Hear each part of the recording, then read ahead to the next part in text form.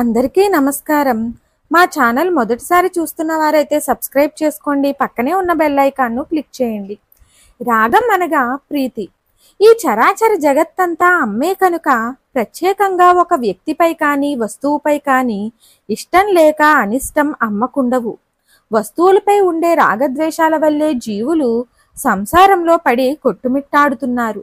ఇవి లేకుండా చేసేది తనలో ఇవి లేకుండా ఉండేది కనుక అమ్మవారు నీరాగా. రాగం అనగా మాత్సర్యం. ఏ జీవిపైనా మాత్సర్యం లేనిది కనుక అమ్మ నీరాగా. జీవులను నిరంతరం చుట్టుముట్టే 5 కష్టాలున్నాయి. వీటిని పంచక్లేశాలు అంటారు.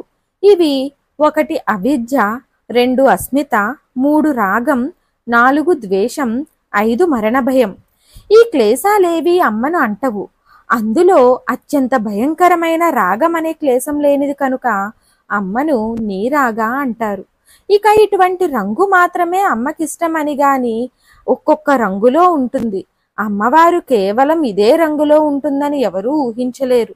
ఒక్కొక్కప్పుడు ఒక్కొక్క రంగులో ఉంటుంది. గుణరూప వర్ణ కర్మాతీత అయినందవడం వల్ల అమ్మని నీరాగా అంటారు.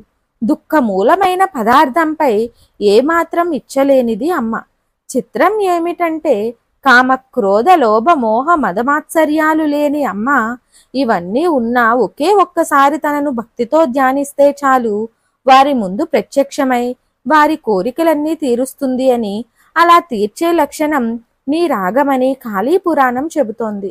రాగం లేని వారే దోషాలను క్షమించగలరని, వారే ఎంతటి పాపినైనా కటాక్షించి వాడిని రక్షిస్తారని, అలాంటి లక్షణం కలది కనుక అమ్మ నీరాగా అని ఈ నామంలోని అంతరార్థంగా మనం గ్రహించాలి. మొత్తం మీద భక్తుల కోరికలు తీరుస్తుంది కానీ తాను మాత్రం ఏ కోరికలు లేనిది ఆ తల్లి అని ఈ మంత్రార్థం. యుగ యుగాలు పక్కవారు బాగుంటే చూడలేక ద్వేషించేవారు ఉంటూనే ఉంటారు. ఈ మంత్ర ప్రయోగం ఫలితం తెలుసుకుందాం. అందరూ తమను ద్వేషిస్తున్నారని భావించేవారు ఇంటి నుండి బయలుదేరేటప్పుడు ఈ మంత్రాన్ని 27 సార్లు జపించండి. ఇక మీకు విరోధులుండరు.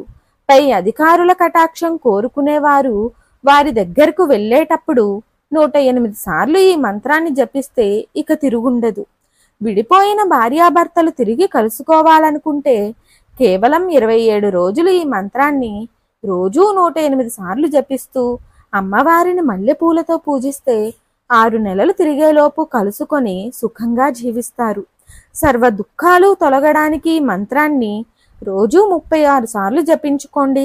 దుఃఖం తొలగి సుఖం లభిస్తుంది, మనశ్శాంతి లభిస్తుంది. మంత్రం ఏమిటో తెలుసుకుందాం. ఓం నీరాగాయై నమః. ఓం నీరాగాయై నమః. ఓం నీరాగాయై నమః. ఈ వీడియోని చూసిన ప్రతి ఒక్కరూ కామెంట్ బాక్స్లో ఓం నీరాగాయై నమః అనే మంత్రాన్ని టైప్ చేయండి. అలాగే మా ఛానల్ను మొదటిసారి చూస్తున్న వారు సబ్స్క్రైబ్ చేసుకోండి. పక్కనే ఉన్న బెల్ ఐకాన్ను నొక్కండి. అలాగే మా వీడియోను లైక్ చేయండి, షేర్ చేయండి. Thanks for watching.